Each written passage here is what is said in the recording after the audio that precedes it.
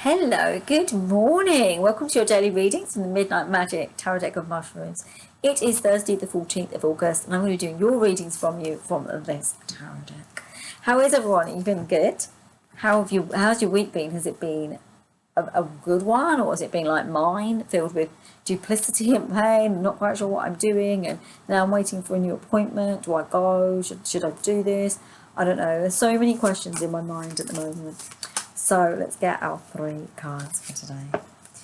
I really am saying to the angels, can we not get about 60,000 duplicates? I'm pretty sure you had a load of duplicates there. Pretty sure. Right, are you ready? Oh, Judgment. The Judgment cards come up. So it's the Corpse Finder. So I want the angels to channel this in, because the actual Judgment card often means that you may be judged for something that you've done, right? But I don't see this always in the cards, and they don't always bring the cards for that message. So let's let the angels bring through the message for today, for this Thursday, and the energy of Judgment. Okay, so the angels are saying, no, this is about legal matters. It is a Thursday, and Thursday is actually to do with legal matters as well. If you've got any kind of legal matters that you need to be dealing with, now is the time to be checking things out, checking paperwork, checking that everything is there that you need. So you've got like a little pack that you need to put together for something. This is kind of what they're talking about. The other thing is they're talking also about be careful of your own level of judging. How are you looking at other people? What are you doing? Or are you judging yourself? This is an interesting one, because I actually judged myself when I got unwell and couldn't get to the hospital, and I said, well, you should get going anyway, even though I knew I couldn't go, whatever, right? But then I created a whole level of judgment in my mind of not understanding maybe what the surgeon told me, not understanding things, making poor decisions, and I leveled a lot of judgment at me. And the angels are saying this is a good example for you, because what they're trying to tell you is be careful about judgment. This is about lest you then be judged, but do not judge yourself, others, or situations or experiences as being a particular way. The angels are saying also, remember that life has so many different avenues and you could have taken them.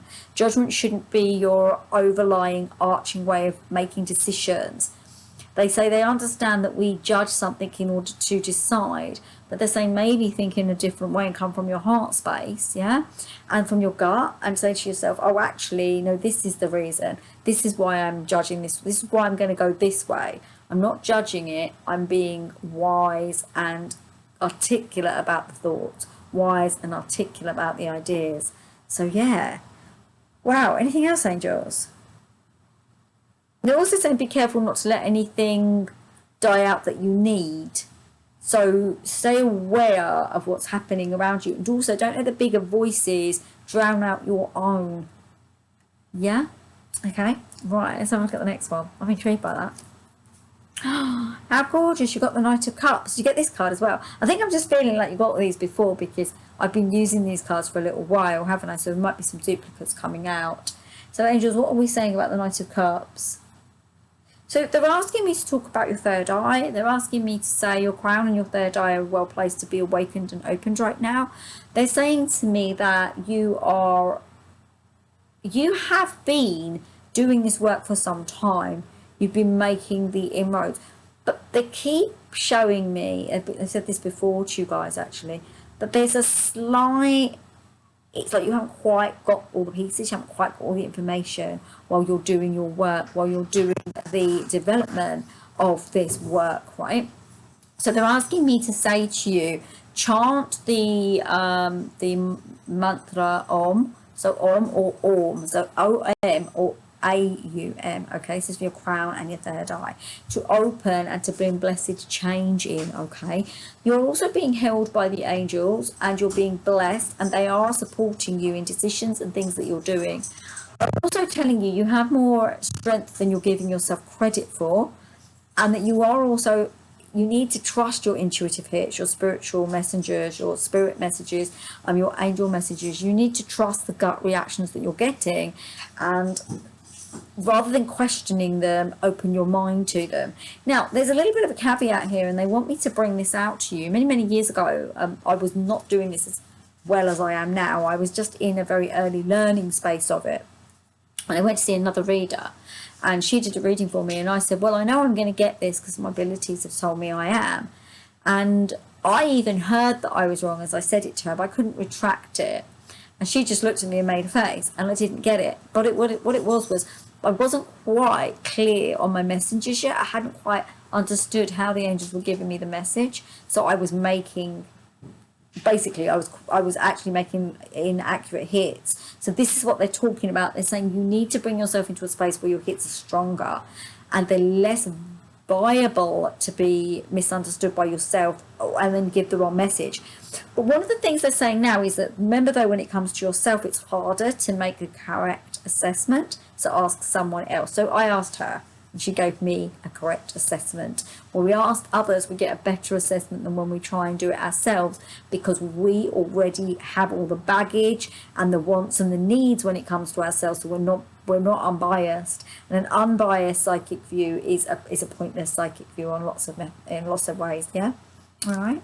Yes. Oh, that's a lovely card, by the way, as well, with the angels. Sort of, I saw the angels kind of lighting up around you and bringing in white healing energy as well.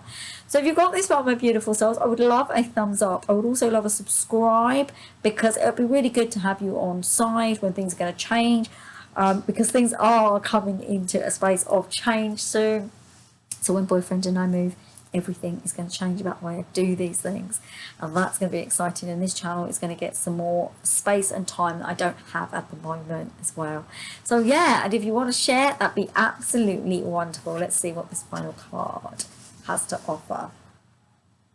Ooh, 3 of Cups. But weirdly, I felt a negative sensation around this card.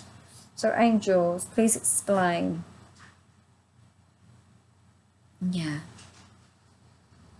Yeah, they're saying be careful where you put your trust. Be careful who you put your trust in. Be careful about the way that you celebrate something. It's about celebration. There is a celebration element to this, because normally in the original Rider-Waite Tarot, they're holding the cups up because they're supporting something. But there's something a little bit like different about this one. It's like, be careful, be aware that someone may be attempting to muddy or make something that you're doing look seedy and not in good light. So there may be some of that going on, and the angels are asking me to say, be aware. Let the moon's energy, and we did have the moon on Saturday, so it's waning now, but let the moon's energy enlighten, illuminate and imbibe you with whatever message you need to get. The other thing the angels are telling me as well is that you need to embrace what is comfort for you and tune into comfort. And they're saying that comfort is going to assist you to ensure that if there is anything spiky or not quite right, that you're protected around that.